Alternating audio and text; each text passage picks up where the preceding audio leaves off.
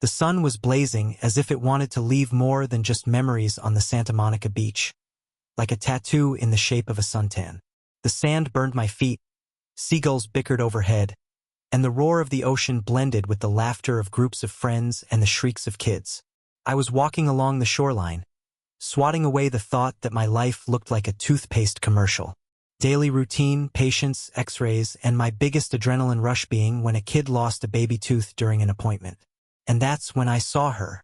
She was lying on her stomach on a blue towel, turquoise bikini unhooked at the back.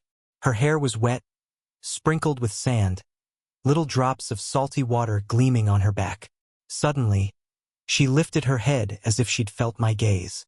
Dark sunglasses, a smile as dangerous as a fistful of chili in a salad. "Please, handsome." Her voice was light, like a cold Coke on a hot day. "Would you rub some lotion on me?" I should have said something smart, like, "I don't usually touch strangers," or, "Sorry, I'm running late." But instead, my hands just reached for the bottle she held out. "All right," I muttered, sitting down beside her. The lotion was cool, her skin hot. I spread it with steady, practiced strokes like I was doing something professional because honestly, I always do everything professionally, even if it's sunscreen on a stranger's back. "Oh," she let out softly, and I froze. Not the sound. Not that sound. "Oh," she went on quieter now. "You okay?" I stopped for a second, then slowly kept going because truth be told, I was starting to enjoy it myself. "Yeah, it's just oh." My breathing grew heavier. My heart picked up the pace. But this is the beach, I thought. What is she doing? What am I doing? What are we even doing here? There are people around. And yet my hands kept moving all on their own because my brain was already starting to shut down. I pressed a little harder, running my fingers along her shoulder blades. Her moan grew deeper and every instinct screamed at me to run, but my legs refused to move. "Focus. It's just a massage. You're a grown man, for crying out loud." I started improvising. Circles, kneading, light pressure here and there. And then the worst thing happened.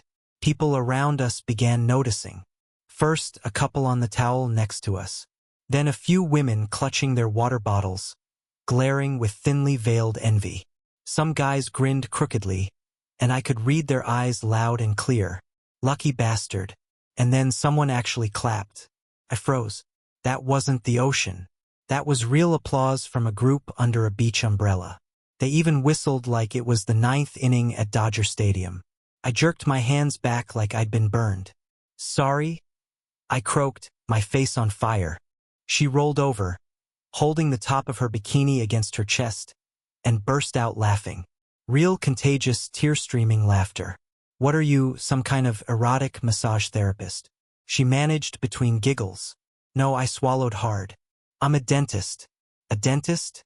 She laughed even harder, wiping her eyes. "Then why the hell do you have magic hands? Listen, you're the best dentist I've ever met. But let me just say, I went surfing for the first time yesterday, and my muscles are killing me. That's why those painful groans kept slipping out." I had never felt so helpless and happy at the same time. We joked around for a few more minutes, and then I finally dared. "So, how about dinner?" No applause this time.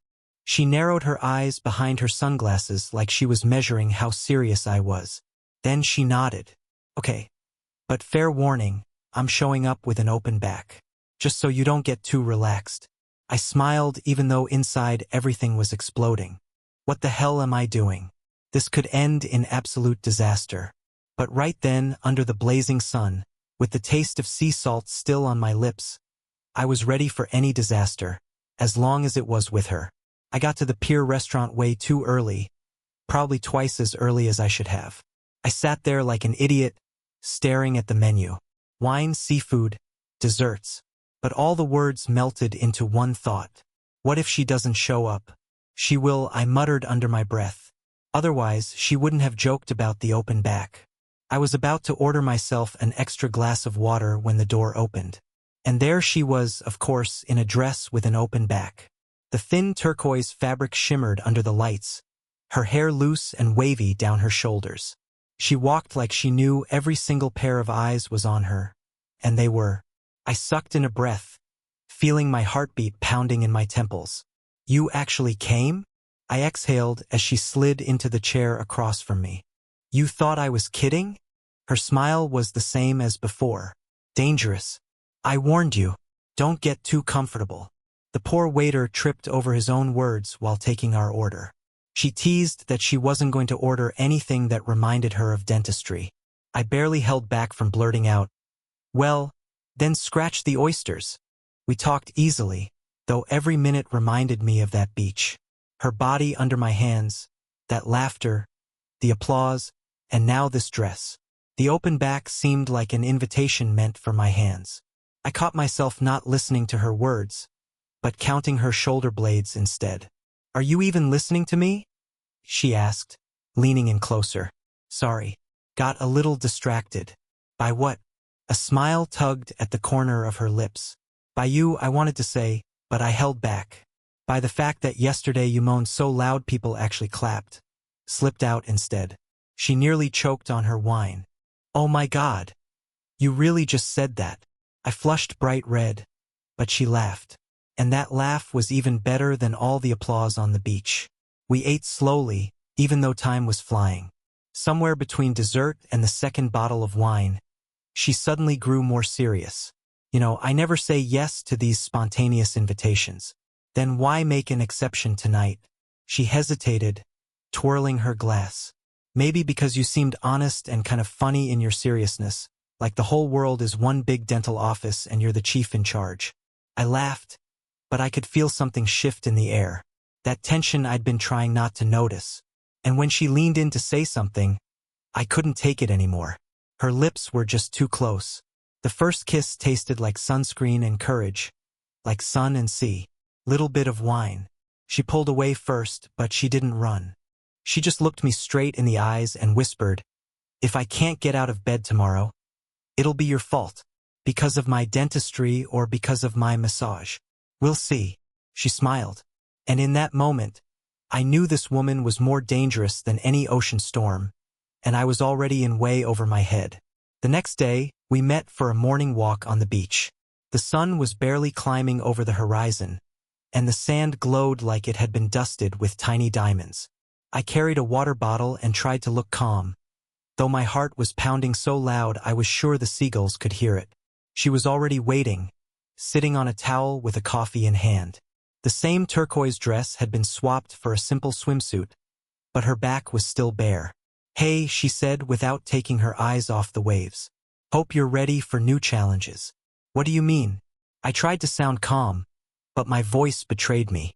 Well, for example, she hopped to her feet, bouncing lightly on her toes. Surfing? Yeah. Remember how I moaned yesterday? Today's a whole new level. You're kidding, right? I glanced at the waves and they already looked merciless. Jokes are over, dentist.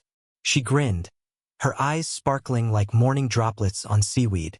I barely managed to haul myself onto the board while she was already paddling out, sleek as a shark. My pride was taking a beating with every wave, while she laughed, shouting things about muscle cream and the world's best dentist. When we finally dragged ourselves back to shore, both soaked, salty, but grinning, she collapsed onto the towel beside me. I tried to hand her the water bottle, but she slightly pushed it away. No, no, she said. Massage first. Massage? You're serious. I looked at her back, yesterday's round of applause flashing through my mind. Absolutely serious. Just don't forget yesterday was public, today private. I laughed, and once again, my fingers brushed her skin. The movements were spontaneous, warm, and I hardly noticed the people around us. But somewhere off in the distance, someone was filming. I found out later when a post popped up on Instagram with the hashtag beach massage. Did you just work your magic again? She teased, winking when I pulled back, blushing.